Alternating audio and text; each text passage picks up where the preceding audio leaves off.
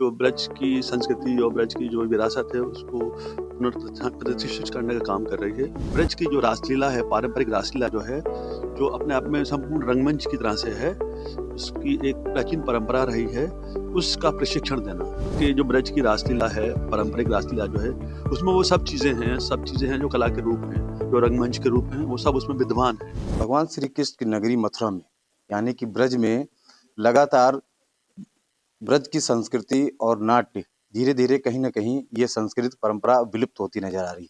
लेकिन उत्तर प्रदेश सरकार द्वारा यानी कि ब्रज तीर्थ विकास परिषद के द्वारा ये मुहिम चलाई जा रही है और उनके द्वारा संचालित गीता संस्थान के द्वारा ये कार्यक्रम पूरे ब्रज में ही नहीं हर जगह लगातार स्कूलों में ये प्रोग्राम कराए जा रहे हैं, ताकि धीरे धीरे आजकल के जो युवा हैं, बच्चे हैं, उनमें सांस्कृतिक प्रोग्राम और संगीत प्रोग्राम जो ब्रज की प्रथा है, ब्रज में जो संचालित हैं, उनको बढ़ावा देने के लिए ये कार्यक्रम किया जा रहा है। आज हमारी मौजूदगी है अमरनाथ गर्ल्स डिग्री कॉलेज में और हमारे साथ मौजूद हैं गीता शोध संस्थान के प्रोफेसर दिनेश खन्ना जी। हम उनसे बातचीत करेंगे आखिर इस प्रोग्राम को और आगे कब तक बढ़ाया जाएगा और कहाँ पर ये प्रोग्राम किए जा रहे हैं। जी सर, बताएं आखिर जो ब्रज की संस्कृति है धीरे धीरे विलुप्त नजर आ रही है, इसको बढ़ावा देने के लिए आगे और क्या क्या कार्यक्रम किए जा रहे हैं। बहुत अच्छी बात कही आपने।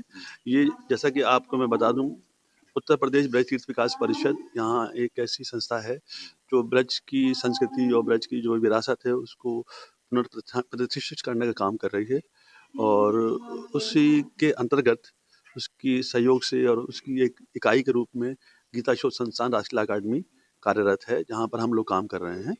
और गीता शोध संस्थान और राष्ट्रीय अकादमी के दो मुख्य उद्देश्य हैं। तो गीता पर नई सोच, नई शोध की तरह से काम करना और गीता के प्रचार प्रसार और गीता के भाव को, गीता के ज्ञान को लोगों तक पहुंचाना और लोगों को प्रेरित करना कि वो भगवत गीता को पढ़ें, समझें और इस पर कार्यक्रम होते हैं। दूसरा जो मुख्य कार्यक्रम है, दूसरा जो मुख्य स्वरूप है वो ये है कि ब्रज की जो रासलीला है, पारंपरिक रासलीला जो है, जो अपने आप में संपूर्ण रंगमंच की तरह से है, उसकी एक प्राचीन परंपरा रही है, उसका प्रशिक्षण देना।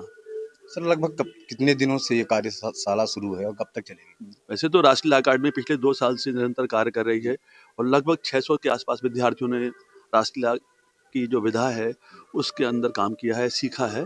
और अब इधर पिछले 6 महीने से ये ब्रज के अलग अलग डिग्री कॉलेजेस में ये कार्यशालाएं लगाई जा रही हैं और उस कार्यशालाओं के माध्यम से रासलीला का प्रशिक्षण दिया जा रहा है। सर, बात की जाए संगीत के अलावा और क्या क्या कार्यक्रम हैं जो बच्चों को सिखाया जा रहा है। मैं ये कहना चाहूँगा कि जो ब्रज की रासलीला है, पारंपरिक रासलीला जो है, उसमें वो सब चीज़ें हैं जो कला के रूप हैं, जो रंगमंच के रूप हैं, वो सब उसमें विद्यमान हैं।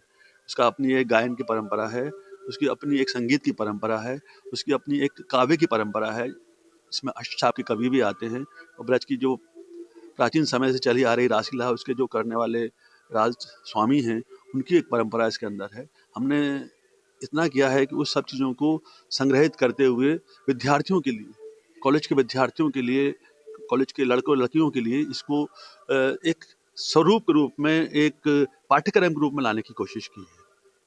इससे पहले भी और भी स्कूलों में ये कार्यक्रम किया हाँ, इससे पहले पिछले साल आरसी कॉलेज में इस पर एक कार्यशाला हुई थी और जिसमें रश्मि रथ तैयार किया गया था। इधर जो है 3 जगहों पर ये कार्यशालाएं चल रही हैं।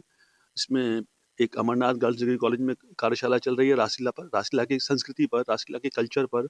उसके बहाने से ब्रज की ऐतिहासिक स्थिति, ब्रज की प्राचीन स्थिति, भौगोलिक स्थिति, ब्रज का संगीत, परिधान, इन सब का अध्ययन कराया जा रहा है।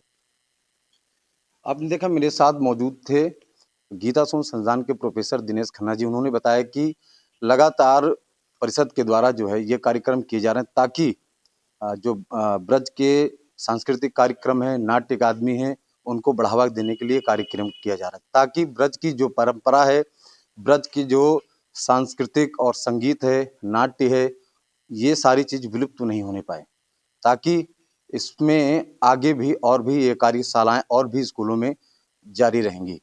एशियन न्यूज के साथ मैं हूं अमन मिश्रा।